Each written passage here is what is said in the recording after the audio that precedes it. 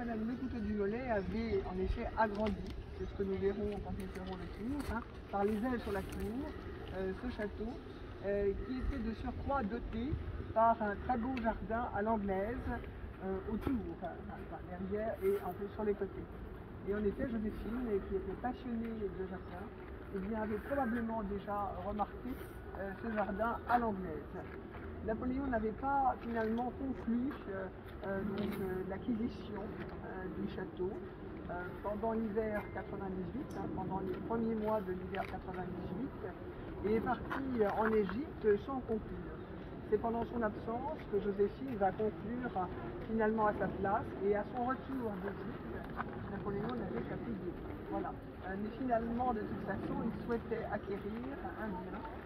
reflétant en effet le début de son ascension. Lorsque Napoléon rentre d'Égypte, donc campagne militaire inachevée par lui, il rentre pour prendre le pouvoir. Et donc en effet, le château de Malmaison est vraiment lié au début de la prise de pouvoir de Napoléon, pendant la période du Consulat, où notamment pendant 2 années, il y aura une activité intense ici, faisant de ce lieu privé également un lieu de pouvoir. C'est aussi le château qui est associé à la chute de l'Empire et de l'Empereur, puisque Napoléon viendra ici 4 jours, du 25 au 29 juin 1815, faire ses adieux assez proches pendant ces journées qui sont appelées les adieux de Malmaison, donc avant qu'il ne parte à l'Isex pour s'embarquer pour son exil définitif à l'île de Sainte-Hélène. Donc c'est un lieu qui est marqué effectivement par ces 2 moments qui semblent achever le lieu. Mais dans l'intermédiaire, en effet, il y a l'empreinte de Joséphine qui est très importante dans le château de Malmaison, car d'abord, ayant conclu seul, elle a peut-être davantage considéré ce bien comme son bien personnel, et ce sera le cas, notamment lorsqu'elle le reçoit en propriété pleine et entière,